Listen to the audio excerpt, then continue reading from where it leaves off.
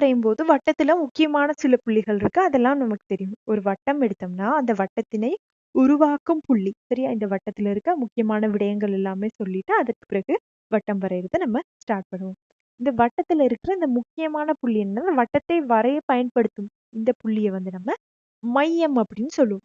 வட்டத்துக்கு மையம் வந்து ரொம்பவே முக்கியமானது. மையம் தான் வட்டத்தினுடைய ஆரம்ப புள்ளி.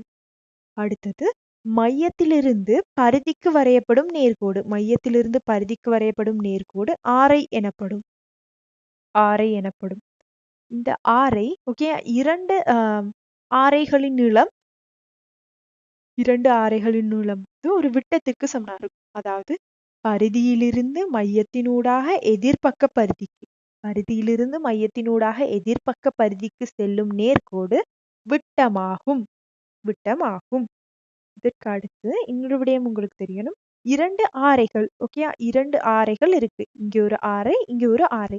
இந்த ஒரு வட்டத்தை பொறுத்தளவு எத்தனை ஆரைகள் நம்ம வரைந்தாலும், எத்தனை விட்டங்கள் வரைந்தாலும் அது எல்லாமே நீளத்தில் சமனாக இருக்கும். 2 ஆரைகளினால் சிறைப்படுத்தப்பட்ட பிரதேசம் 2 ஆரைகளினால் சிறைப்படுத்தப்பட்ட பிரதேசத்தை வந்து ஆரைச்சிறை அப்படின்னு சொல்லுவோம். இந்த ரீஜன் ஒரு பீஸா மாதிரி வட்டத்தை எடுத்துட்டீங்கன்னா அதுல ஒரு ஸ்லைஸ் ஓகே அது வந்து ஆரைச்சிறை அப்படின்னு சொல்லுவோம்.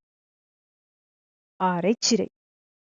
அந்த ஆரைச்சிறைக்கு உள்ளடங்குற கோணம் சரியா? அந்த ஆரைச்சிறைக்கு உள்ளடங்குற கோணம் உள்ள இருக்கிற கோணத்தை வந்து ஆரைச்சிறை கோணம்னு சொல்லுவோம் அல்லது மைய கோணம்னு சொல்லுவோம். மையத்தில் எதிரமைக்கிற கோணம்னால மைய கோணம்னு சொல்லுவோம் அல்லது ஆரைச்சிறைக்குள்ள உள்ளடக்கப்படுற கோணம்னால ஆரைச்சிறை கோணம் அப்படின்னு சொல்லுவோம்.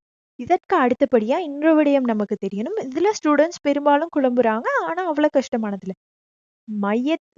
பரிதியிலிருந்து ஓகே பரிதியிலுள்ள இரு புள்ளிகளை இணைக்கும் நேர்கோடு. பரிதியிலுள்ள ஏதாவது 2 புள்ளிகள். இந்த இடத்துல இருந்து இந்த புள்ளியை இணைக்கலாம். அடுத்து இங்கிருந்து இங்கே இணைக்கலாம். இங்கிருந்து இங்கே இணைக்கலாம். எப்படி வேணாலும் பரிதியில் உள்ள யாதாயினும் இரு புள்ளிகளை இணைத்து வரையும் நேர்கோடானது நான் என கூறப்படும். நான் நான் okay. இந்த நான் வந்து இந்த வட்டத்தை இங்க பாருங்க ஆரைச்சிறை வந்து 2 ஆரைகளால் சிறைப்படுத்தப்பட்ட பிரதேசத்தை ஆரைச்சிறைன்னு சொல்லும் தானே. அந்த மாதிரி நான் வந்து வட்டத்தை என்ன செய்யும்னா சில துண்டங்களாக பிரிக்கும் சரியா? இந்த பாருங்க இந்த மாதிரி ஒரு சிறிய துண்டமும் அடுத்து இந்த மாதிரி ஒரு பெரிய துண்டமும் கிடைக்குது.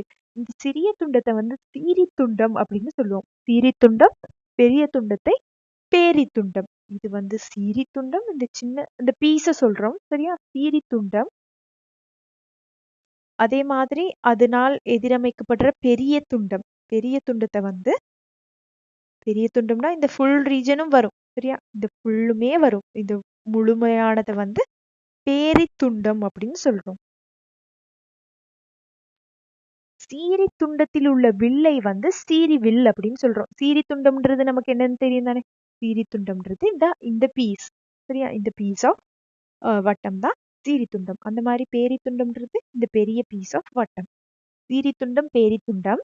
அதனால் இந்த சீரி துண்டத்துல இருக்குதானே வில். வில் அப்படின்றது ஒரு வட்டத்தின் வளைந்த கோடு. அந்த வளைந்த கோடு சரியா? இந்த வில்ல வந்து சீரி வில் அப்படின்னு சொல்லுவோம். சீரி துண்டத்தில் இருக்கும் வில் சீரி வில். அதே மாதிரி பேரி துண்டத்தில் இருக்கும் வில்ல நீங்க கெஸ் பண்ற மாதிரியே பேரி வில் அப்படின்னு சொல்லலாம். இது வந்து நமக்குரிய சீரி வில்லாக இருக்கும். அந்த மாதிரி பேரி வில் அப்படின்றது இந்த இந்த முழுமையான வில்ல வந்து பேரி வில் அப்படின்னு சொல்றோம். முழுமையான வில். நான் நிறங்கள் பயன்படுத்தி உங்களுக்கு அடையாளப்படுத்தி காட்டுறேன் சரியா? இது வந்து நமக்குரிய பேரி வில்லாக இருக்கும்.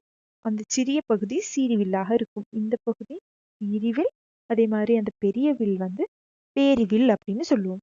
இது வந்து நம்ம தேற்றங்கள் படிக்கும் போதெல்லாம் இந்த டேர்ம்ஸ் உங்களுக்கு தெரியணும். எது சீரிவில், எது பேரிவில், எது துண்டம், எது நான், எது ஆரை, எது ஆரைச்சிறை, விட்டம், ஆரைச்சிறை கோணம், மைய கோணம், பரிதி கோணம் சரியா? மையத்தில் எதிரமைக்கும் கோணம் மைய கோணம்னு சொல்றோம். அதே மாதிரி பரிதி கோணம்னா என்ன?